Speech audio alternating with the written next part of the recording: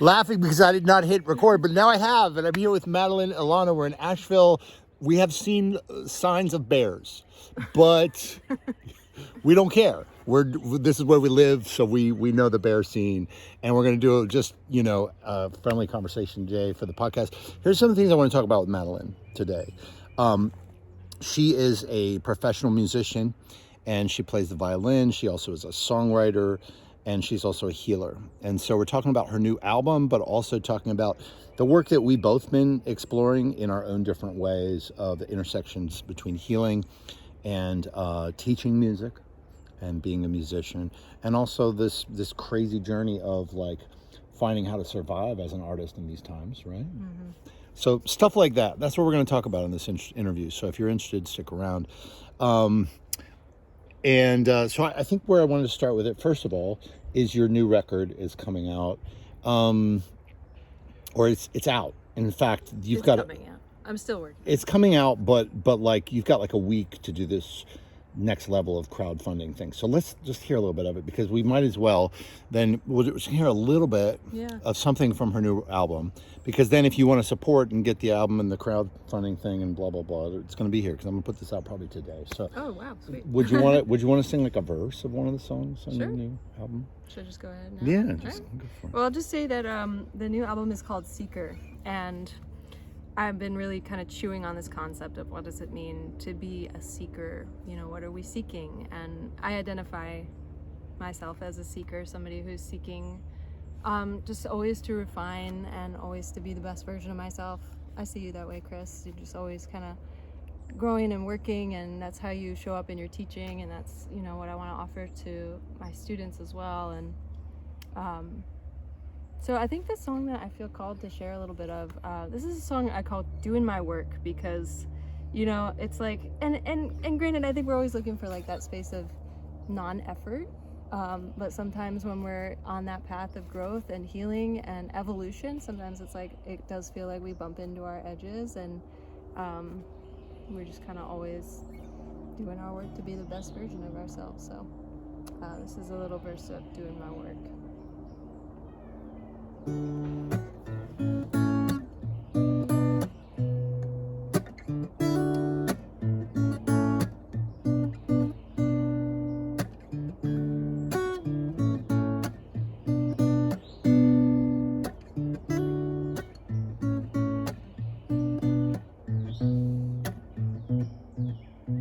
You said you like when things are hard at first, then get easier instead of just getting worse.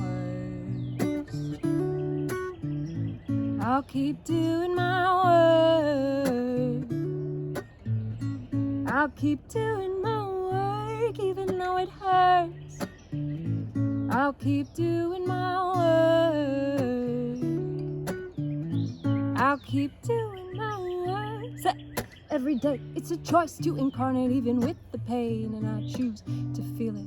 I let it move through my body without distraction, and in turn I will strengthen my spirit. Maybe the feeling of the void inside is just the parts of me that are ready to die. Let them go, let them move on out and fill the holes with what I'm really about. More wholeness, it's the path to health. It takes presence to be truly well, so fill all my cells up with myself, from the core to the galaxy, infinity inside of me. You like when things are hard at first, then get easier instead of just getting worse. I'll keep doing my work. I'll keep doing my work even though it hurts. I'll keep doing my work. Doing my work. Yes. And no bears have threatened us yet. I've been watching. We got our eyes peeled. You're keeping watch. So this is just one dimension of this amazing person, friend of mine, Madelyn Ilana, but check out the links. It's ILANA, Madelyn Ilana. We'll have them here somewhere. You can click on it. But and now I really want to talk about the other dimensions of your life, and these matters of curiosity that we share, that some of which you alluded to now. One of the things I think is fascinating about you is that, as you've shared with me before, that you didn't come up in quote unquote conservatory, right? You didn't go to music school. And so, but you've known people closely who did, like classical string players, right? Classical musicians who have like orchestra jobs and like these kind of legit, like well-trodden path of like what it means to be like a quote unquote, whatever, orchestral musician. And so that made you kind of, I don't know, have doubts or like, how could I ever become a professional musician? And in spite of that, you are now a professional musician, which is one of the things I love about, your story, because I think also when we don't go down a trodden path, it means we have like a totally, like in some ways from the outside looking in at you, it's like you have different perspectives, like you're just finding your own way to do it. Mm-hmm. So I wonder if you could tell us about the way that you've gotten your career to where it is right now lately, like what's working for you to be able to make a living as an artist. Like, what does that look like? And have you been surprised about how it's taken shape? Yeah, thanks. That's such a good question. Yeah, I think, I decided pretty early on in my college years that I did not want to formally study music in a university setting because I was worried at the time that it would take the creativity out of it. And I think that's changing. I think the culture of music education is really changing, and there are, many teachers, yourself included, at the forefront of that movement of like, how can we keep the creativity and the spirit of improvisation alive? But I think I was really, at that time in my life, dealing with a lot of restriction in my body, just like feeling like I want to break free from the binds that like feel like they confine my spirit.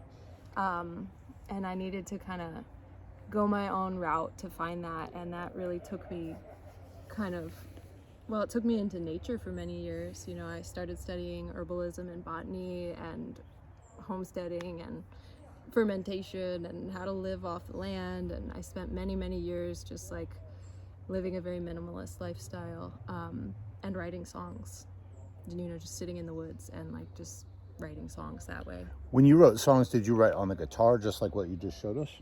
Yeah, I did. And because you also play the violin, like people aren't seeing your violin. The violin is my main instrument. The violin is like definitely my principal instrument, and it's always what my mind goes back to when I'm thinking about music. But I think part of my journey was that I learned the violin from age 8, and learned to read music and played in orchestra, through high school, was very competitive in high school on the violin. And, but then in college, a girlfriend of mine taught me to play guitar, and because I didn't know what I was doing, I had a totally different mental and emotional, spiritual approach to it because I didn't understand. I just knew what I was hearing, and I knew what sounded harmonious and beautiful to me. And then that could just be like a bed that I would explore on top of.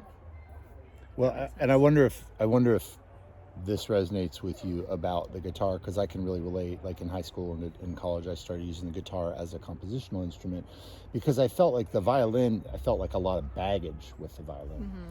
Like it was hard for me to be creative with the violin because of like just these well trodden paths in my body and like with my fingers and like my mind. And it's like, so if I wanted to improvise or be creative, I could pick up a guitar, and relatively simple compared to the violin, right? It's just like, well, here's the D chord. Oh, I can do that. You don't have to think about what notes are in the chord stack. Yeah. You just play the hand shape. Right, right.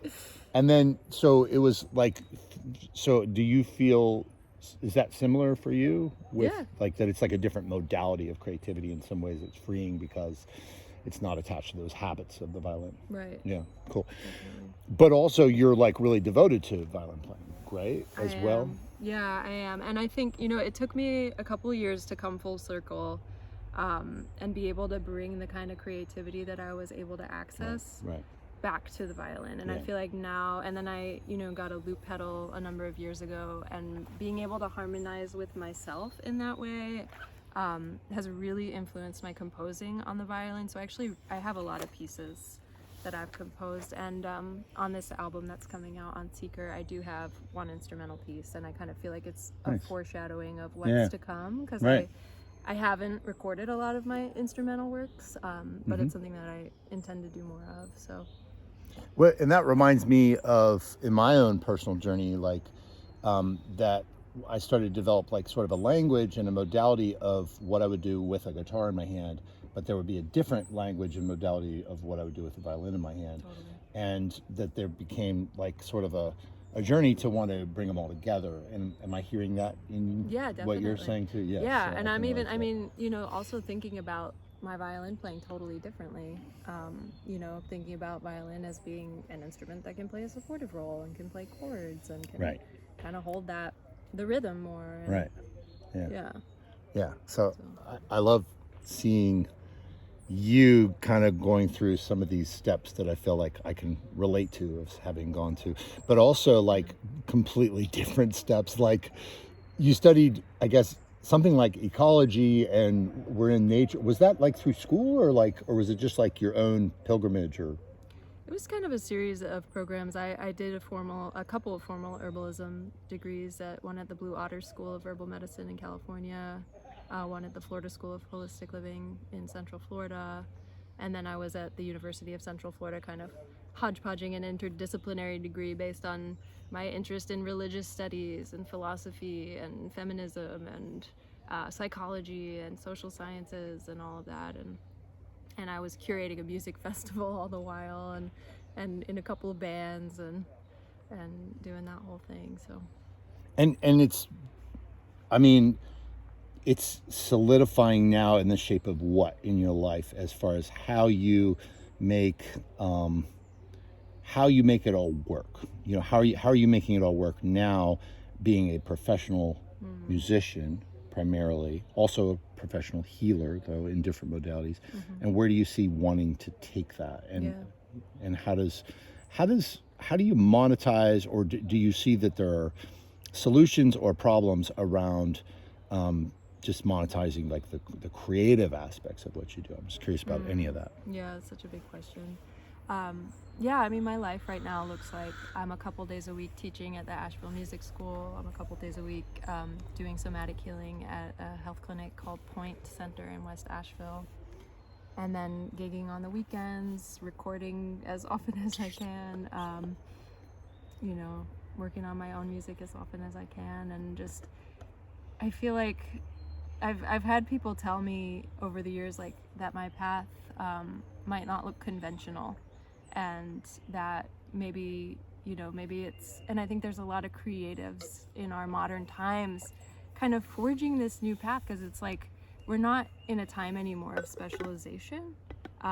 We're in a time where we have a complex world, and so it's going to take complex solutions for our complex problems. And I would say that, you know, many people are kind of piecing together like, what are all the things that I feel like are my contributions, what are my passions, what are my gifts, what are my offerings, and it's like, it's not like I have to wear one hat, you know, it's like I can just be me, showing up with what excites me and brings me life, and like in every moment that might look different with how I show up in community or how I offer or what that looks like. It's interesting to me because like when I was growing up, I guess I was, to use your word, going through the lens of specialization, right? You know, like specializing in classical violin, and it was just like there was a path for that. And then even after that, when I took on, I mean, I had a little detour and I studied philosophy and stuff, but then quickly I just very aggressively pursued this kind of entrepreneurial route as a jazz violinist, as a performer, you know, and even then, like looking back 20 years ago, although the economy for musicians has changed and everything, it seemed very clear to me. But now that I'm in my 50s, I find myself having kind of turned left and right and, you know, constantly like re-educating myself now. But when I look at you, in some ways it looks the opposite. Like you had this, you know, very immersive time where you've been educating yourself and developing various aspects of yourself. But maybe it's kind of crystallizing towards this, you know, you figuring out the thing you're doing. Not that we ever figure out the thing we're doing or that it but won't there's change. this quest, right? It's like that kind of quest that we're all on to like, what is the thing that I'm doing? Yeah. Who am I? What am I doing? And that's like the art of knowing oneself, right? That's the biggest question that we're all kind of after. That's the song, The Seeker. Yeah. Yeah. But do you have an idea of what you want that to look like in the next few years?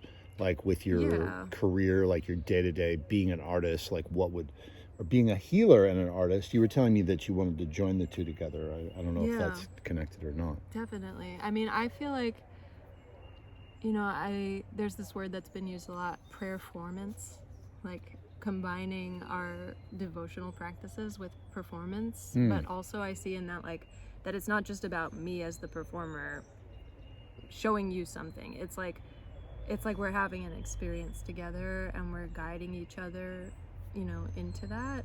And I feel like what I think one of the main things that is my contribution is an ability to just feel a lot and to channel that into my music. And what I hope in turn is that my shows and my offerings can offer a space for people to really feel what's happening inside of their soul as well. And then even, you know, to have space to like really be with that together.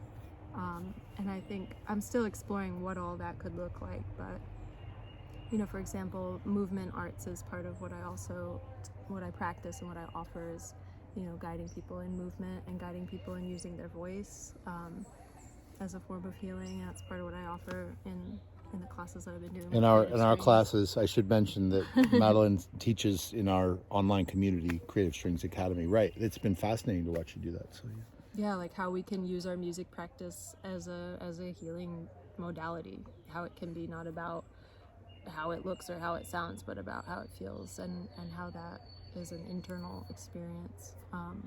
Yeah, and I, you know, sometimes at my shows I'll have like themed herbal concoctions that I've made that like go along with how the music kind of feels for me. You know, like my last album was called Coming Into the Light, and I made this Coming Into the Light elixir that was like all these gem essences and flower essences and good herbs for the nervous system. And so I'm always kind of thinking about creative ways to blend those worlds together. I think one of the most interesting things to me about knowing you is witnessing the language that you use to talk about things, which is not a familiar language to me. And it's like I find that I get so much just from the conversations, because the way you'll talk about it, it'll just make me be like, what the heck just happened? Like, I have to, you know, and even just what you said, I've been thinking about for the last couple of years, as you know, with a lot of the guided practice sessions that I do and the type of things that I do, about using or finding parallels between musical practice and like yoga practice or other expansive practices, and seeing the primary goal of that to be like emotional self-regulation, you know, or as I say a lot of times, like the what do I say, like the point of this is to become a better friend of yourself. Better friend of yourself. Like, it's not to play fast. It's not to play changes. It's like, you know, because we're going to be on that journey forever. Right. Just like if I go to yoga class, as I did this morning, there's a bunch of people in there that can yoga circles around me. You know, they can stretch farther and they're stronger and like whatever. But the point is, if I go to yoga, it's for me. It's for me to develop whatever I need to develop to feel whole. Yeah, totally. You know, to feel better. And so, but I hear you talking about that, but in different language than I do. Well, and the yoga thing it's right. It's like all about not comparing yourself to others and not about being in that competitive mindset. And I think I've seen the way I've brought that to music in my own tendencies to want to prove myself or like try to be, you know, even trying to be good is like a way, like a form of striving. And what I think it always comes back to is listening, and the best musicians to play with are the people who are the best listeners. It's like if we can be dropped into the conversation, we don't even have to do that complex of a musical thing to like be in a conversation and then guide people into an experience. Because what I started to realize is like if I'm in that space of striving to be seen as good enough, then that is the vibration that I'm putting out there. And like, I don't want to do that, you know. Who wants to sit there and like be in that vibration of like, you know, I want to be in the vibration of like offering an experience. And if I can just be dropped into my authentic experience, and I think this comes back to what you were asking about, you know, the fact that I didn't go to conservatory, and so there was sometimes an imposter syndrome of like, I don't know all the theory that I could possibly know, so do I even have a right to do anything at all? But it's like, it doesn't even really matter, actually. You know, it's like, it's not about how much theory you know, it's about how much heart you have, I believe.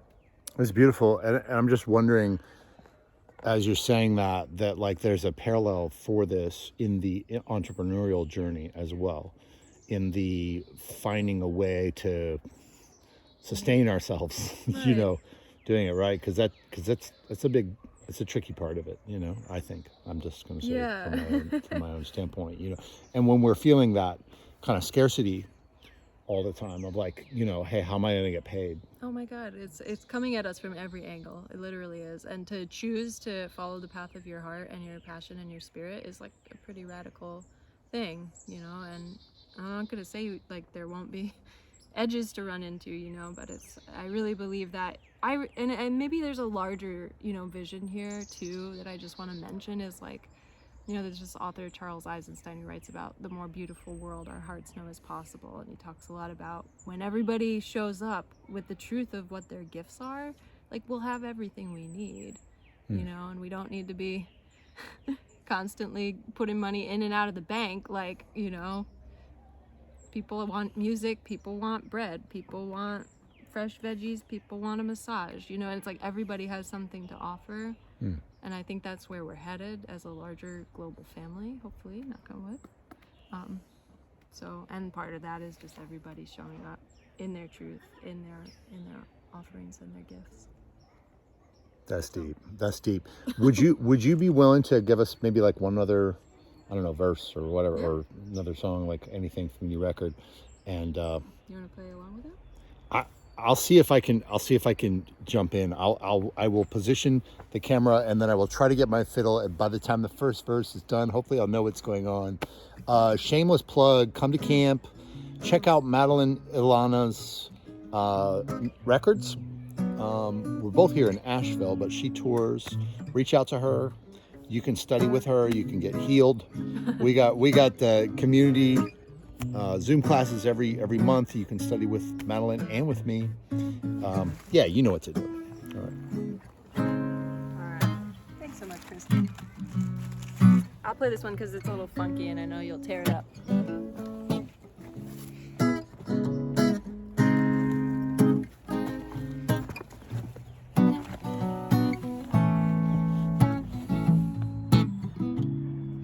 You're cooking me down to the bone,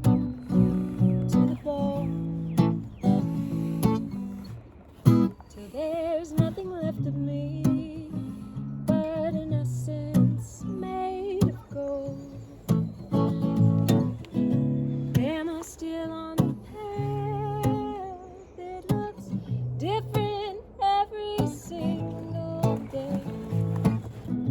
Am I staying on track? I keep changing, oh, I'm changing.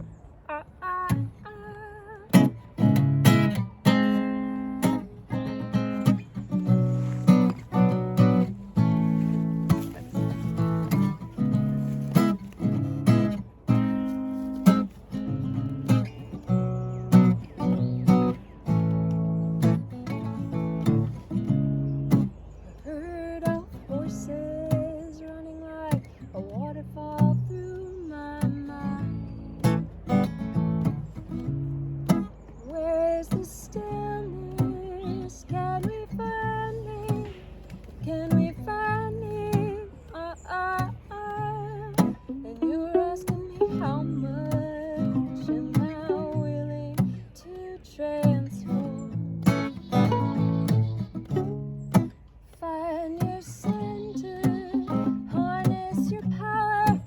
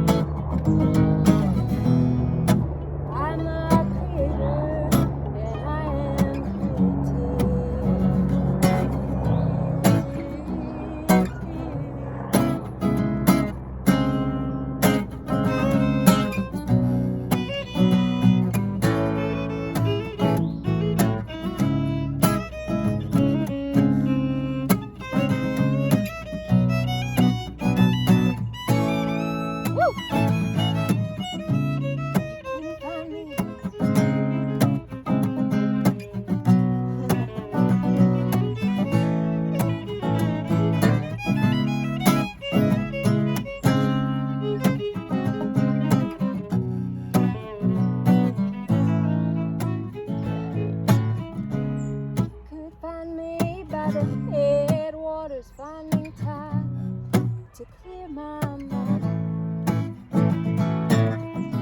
Bare feet underneath the beech tree. If I'm pointing one at you, I got three pointing back at me.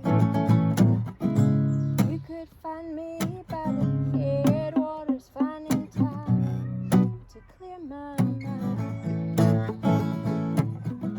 Bare feet underneath the beech tree. If I'm pointing one at you, I got three pointing back at me. With each day, I've got less and less and less and less to say. With each day, I've got less and less and less and